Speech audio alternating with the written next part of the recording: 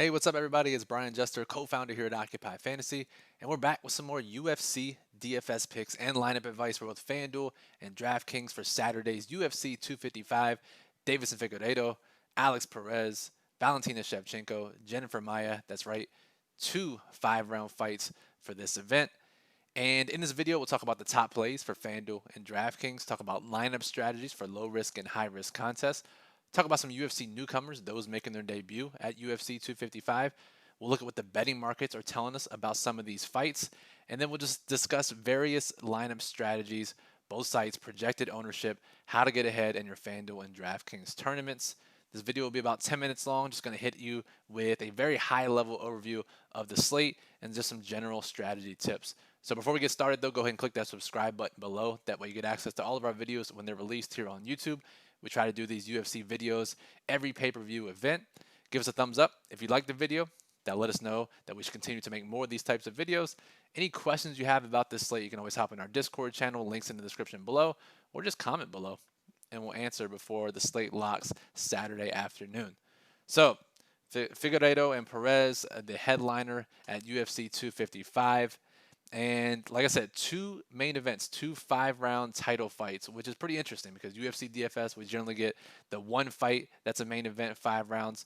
A little bit more strategy goes into it when we have 2 5-round fights. So I'm going to go over to our Occupy model, our MMA model. OccupyFantasy.com ranks every fighter on both sites based on our proprietary metrics. Let's bring it up. This is normally behind the paywall, but we'll show you for this video since it's a special event. And fighters are ranked by OF Index. Every time we have a UFC video, this is how I explain OF Index. It takes into account nearly 50 different metrics to try to predict a fighter's performance. And really, the way you should look at it is the probability that a fighter will win his or her fight times the probability that he or she will end up in the optimal lineup if they win. So if someone's really likely to win but not score well, they might not have a high OF Index. Or, on the contrary, if they're not that likely to win, but if they do win, they're going to be in the optimal lineup, they'll probably have a high OF Index. So just keep that in mind as you look at the Occupy model, as you watch this video. So let's use the filter here for 5-round fights. And we have Shevchenko versus Maia, Perez versus Figueiredo.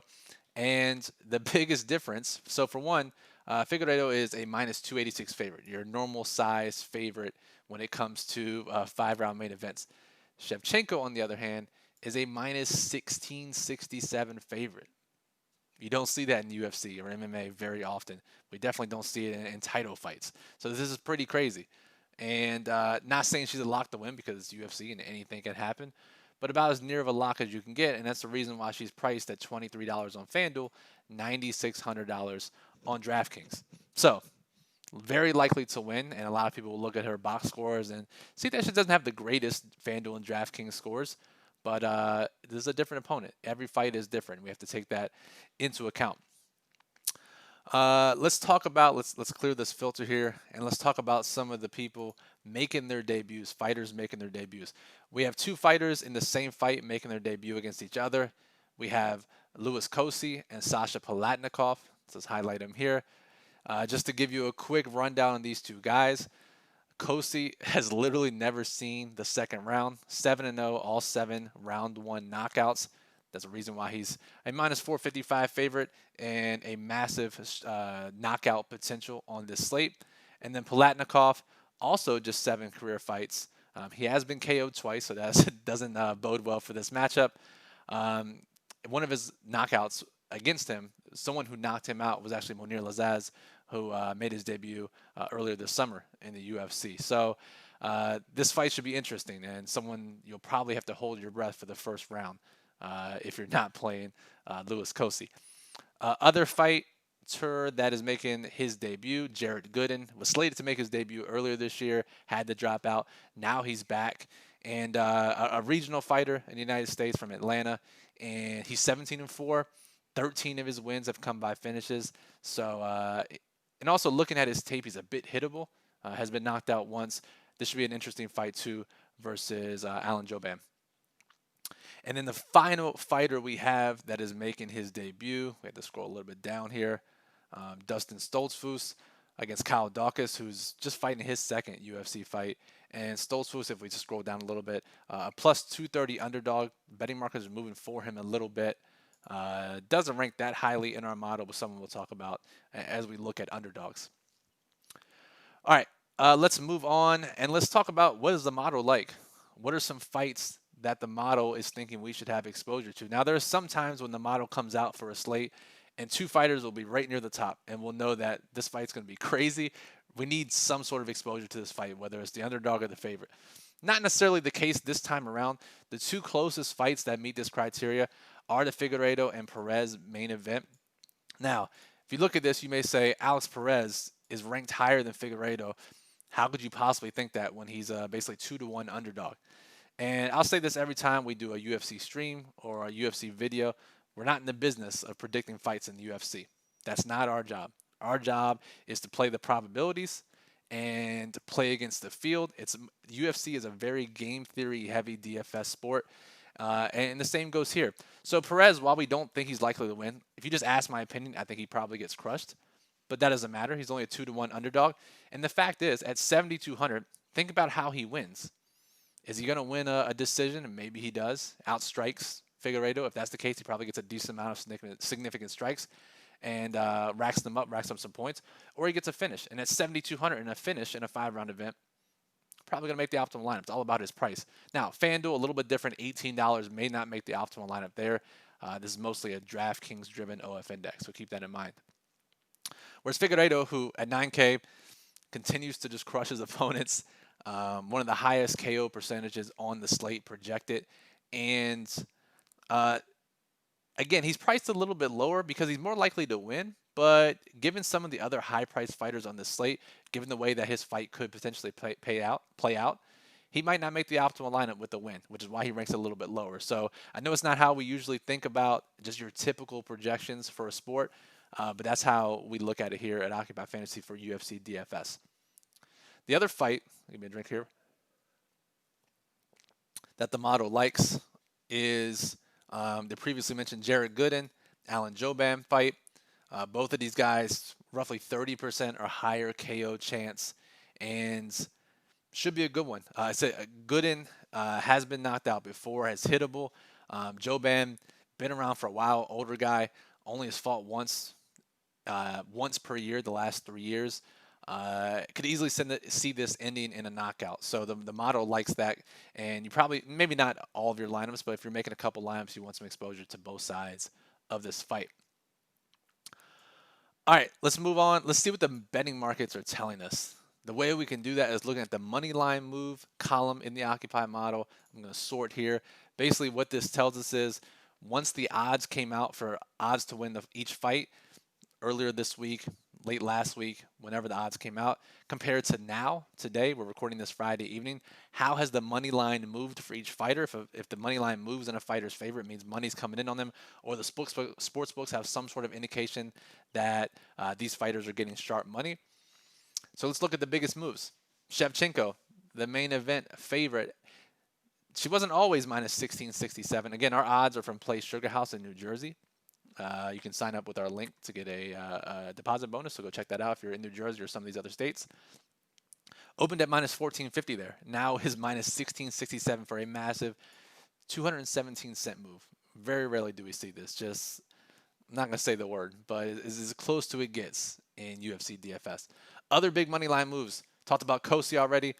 Bettors like him. 70-cent move in his favorite up to minus 455.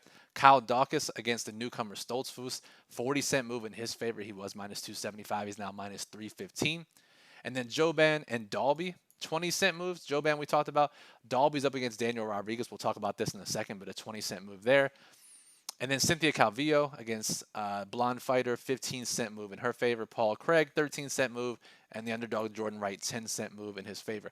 Now, this isn't an end-all, be-all. If you like someone who has the money line move against them, not a world ender. If I'm stuck or I'm looking for more exposure and I'm trying to find a spot, I'll let the money line move dictate me, or dictate some of my play. Again, not the deciding factor, but if you need to push one with the other, I would always rather be on the side of the money line move than against it. So something to keep in mind. All right. Let's take a break here and let's think about how we want to construct our tournament lineups on both FanDuel and DraftKings. I won the 50K over on FanDuel earlier this summer using this lineup strategy. Got really close on DraftKings 3 separate times, lost in the final fight of the night for about 160K worth of losses, or unrealized wins, I should say. So we have the lineup strategies down pat here at Occupy Fantasy. So you want to stay tuned here and listen to how you want to construct your lineups for UFC 255. So this is how you want to do it. For FanDuel, you want to get an MVP that has a high knockout potential due to the scoring over there. And what ends up happening is a couple of the most popular fighters get concentrated ownership, whether it's main event favorites or fighters who are likely to knock out their opponent in round one or the likeliest get concentrated ownership, 15, 20, 25%. If we just drop down one tier to the next most likely fighters to get round one KOs, we get leverage at the MVP spot. Then all we have to do is we can limit ourselves to 3 high-owned fighters. That's roughly 30% projected ownership or more in our flex spots. That gives you enough uniqueness in large contests, enough upside in all contest sizes. Really the best approach for FanDuel high-risk contests. So you can always sort by our projected ownership in our Occupy model by the FD percentage. If you're playing on DraftKings, which we're about to talk about in a second, you can sort here. Remember, DraftKings projected ownership is provided by MMA DFS.com. One of our members started it. We partner with them. Go check them out for their free write-ups, and they provide projected ownership for DraftKings. So speaking of DraftKings, no MVP spot there, no captain spot unless you're playing the late slate, but we're talking about the main slate here. So for the main slate, it's really a either-or situation. If you use most of your salary cap, the most you can realistically do in a 1,000-player or more contest, high risk, is have 2 high-owned fighters, so like 35% or more. If you use less salary, let's say 49,500 or less, you can use 3 high-owned fighters. That means you have to play 3 low-owned fighters, maybe 4. That's not going to be comfortable. But again, as we say in many other sports, if you play a tournament lineup that is comfortable to you, it's probably not a good tournament lineup. You need to take on some risk. You're going to have to play 2 to 3, we'll just say straight up gross plays to have a tournament winning lineup and not split with hundreds and hundreds of people. So again, DraftKings 30% or more, FanDuel 30% or more roughly is how we quantify high-owned plays. So if you missed it, rewind back, take notes on how to build lineups for those sites. So particular plays that could help you build those lineups.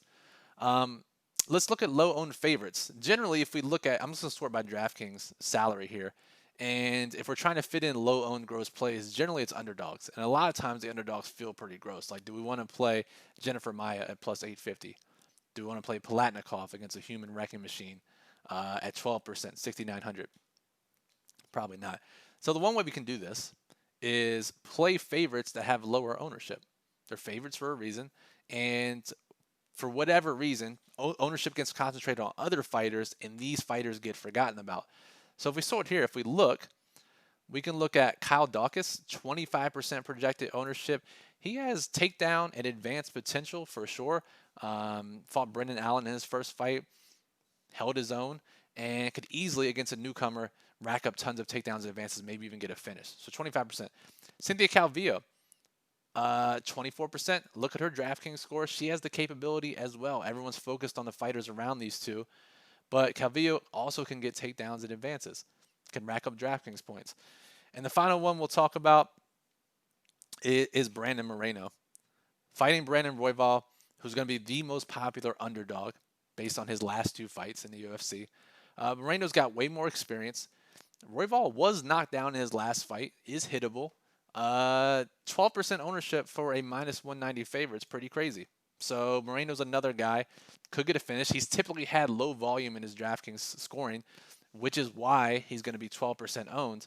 But again, we're looking for chaos here. I'd rather play a minus 190 favorite at 12% than some underdog that's like 8 to 1 to win at 12%, if you know what I'm saying.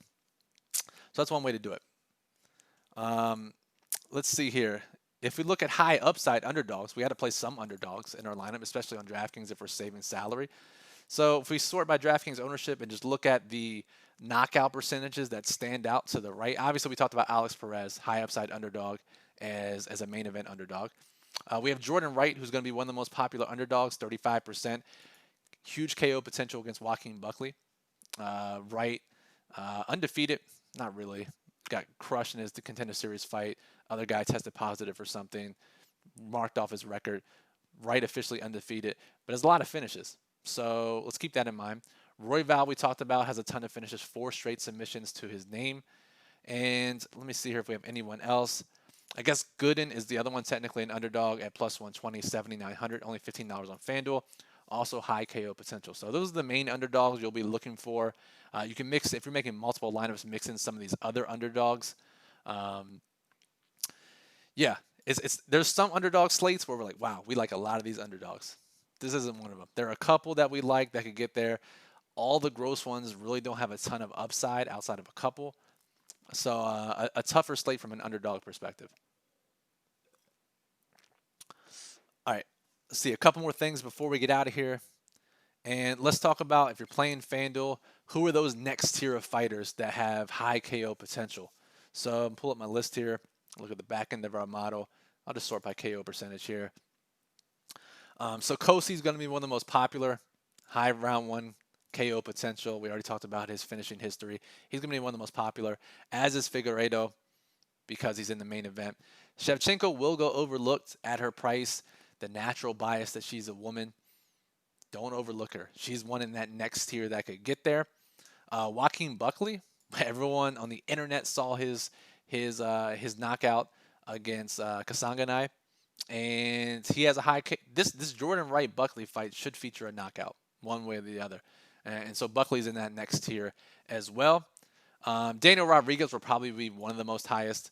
He's scored like 1 billion DraftKings points in all 3 of his wins.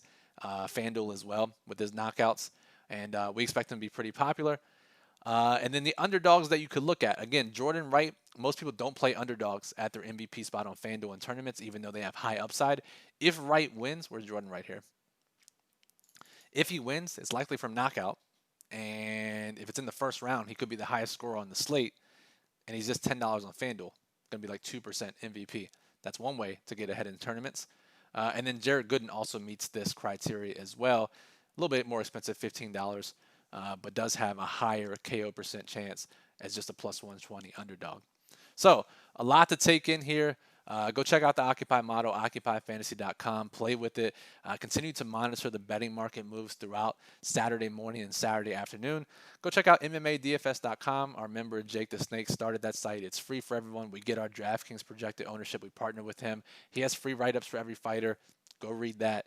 And if you have any questions, just hop in our comments below. We'll be glad to help you. We have the MMA channel in our Discord that's always popping on fight weeks. And Jake's in there from MMADFS.com. We're always answering questions and discussing strategies and lineup building techniques all the way up until lock. So go check that out. OccupyFantasy.com/Discord. Link below on how to join. Give us a thumbs up if you like the video. Go ahead and subscribe. Click that subscribe button. That way you get notified when we release all these videos here on YouTube. So that'll do it for this video. I think I've talked enough. Brian Jester from Occupy Fantasy. Appreciate you listening to this. Good luck at UFC 255, and we'll talk to you soon.